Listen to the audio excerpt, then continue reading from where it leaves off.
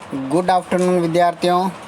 आज हम बुधवार 5 मई 2021 हिंदी व्याकरण में हम चिन्ह यानी विराम चिन्ह किसे कहते हैं, विराम चिन्ह क्या होता है, हम विराम चिन्ह के बारे में अध्ययन करेंगे।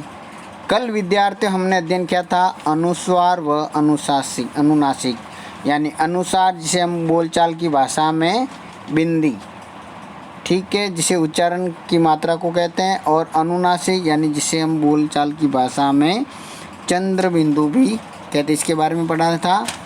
आज हिंदी व्याकरण के अगले टॉपिक के अंदर आज हम अध्ययन करेंगे विभिन्न चिन्हों के बारे में, जिसमें सबसे पहले विराम चिन्ह किसे कहते हैं, या विराम चिन्ह यानी कि बोलते हैं कि भाई पूर्ण विराम लगाओ, अल्प विराम लगाओ, या विराम चिन्ह क्या है। सबसे पहले हम विराम चिन्ह के बारे में जानेंगे।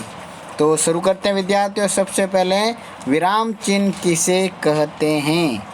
अब विराम चिन्ह क्या होता है, लिखते समय अपनी बात को ठीक तरह से समझाने के लिए हम जिन चिन्हों का प्रयोग करते हैं उन्हें विराम चिन्ह कहते हैं। विराम यानी कुछ समय के लिए रुकना, यानी कि ये बोलते कि भाई अपनी बात को, यानी कि लिखते समय, परिभाषा क्या है, लिखते समय अपनी बात को ठीक तरह से यानी अगले वाले को अपनी बात को समझाने के लिए हम जिन चिन्हों का प्रयोग करते हैं उन्हें विराम चिन्ह कहते हैं। एक जैसे सड़रात में बोल देते हैं तो अगले वालों को समझ में नहीं आता, तो लिखते समय अपनी बात को ठीक तरह से समझाने के लिए हम जिन चिन्हों का प्रयोग करते हैं उन्हें विराम चिन्ह कहते हैं।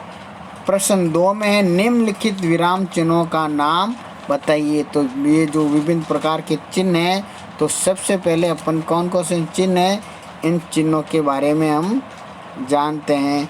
तो ये जो चिन्ह है इसको क्या बोलते हैं, इसको प्रश्नवाचक चिन्ह, यानी जैसे ही प्रश्न खत्म होता है या उसके बाद में पता चल जाता है, चिन्ह से पता चल जाता है कि भाई इस प्रश्नवाचक चिन्ह है, इसमें प्रश्न पूछा जा रहा है। फिर बोलते हैं अल्प विराम, जिसे अपन अंग्रेजी के कॉमा, कुछ यानी लिखते समय, कुछ यानी कि बोलते समय कोई लाइन बोलते फिर थोड़ी देर के लिए रुकते हैं, यानी थोड़ी देर रुकना, अल्प विराम। फिर उसके बाद में आता है पूर्ण विराम, यानी अगर कोई बात पूरी ख़त्म हो जाती है लिखते हैं तो यहाँ तक ये बात यहीं तक है, तो उसके बाद में जो ये वाला चिन्ह लगाते हैं उसको बोलते हैं पूर्ण विराम। फिर है विस्मय बोधक चिन्ह, यानी कि एक लाइन खींच के नीचे बिंदु लगाना, उसको बोलते हैं विस्मय बोधक चिन्ह।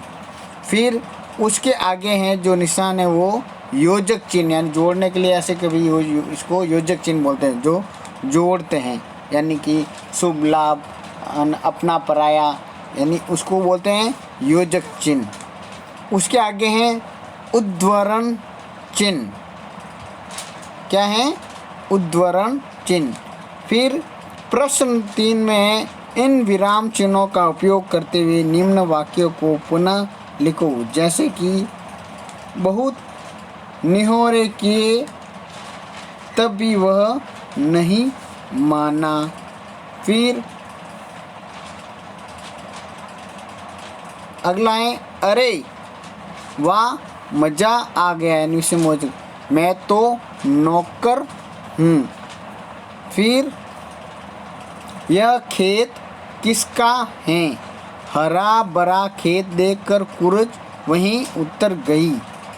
अगला है बड़ा आया बादशाह क्यों न निकले जुलूस क्यों न निकले हमारा झंडा।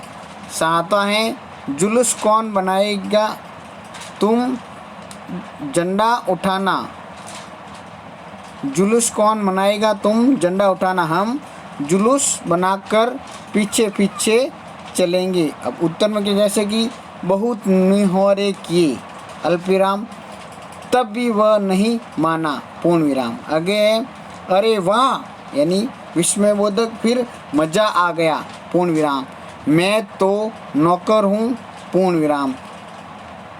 यह खेत किसका है, यानी प्रश्न पूछा जा रहा है, प्रश्नवाचक चिन्ह। हरा भरा यानी एक दूसरे शब्दों को जोड़ रहे हैं, हरा भरा इसमें क्या है भाई, योजक चिन्ह।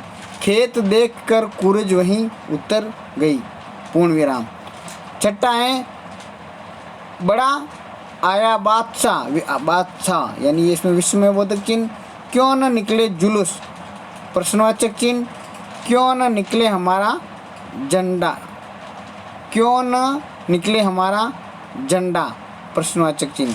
फिर जुलूस कौन बनाएगा, प्रश्नवाचक चिन्ह।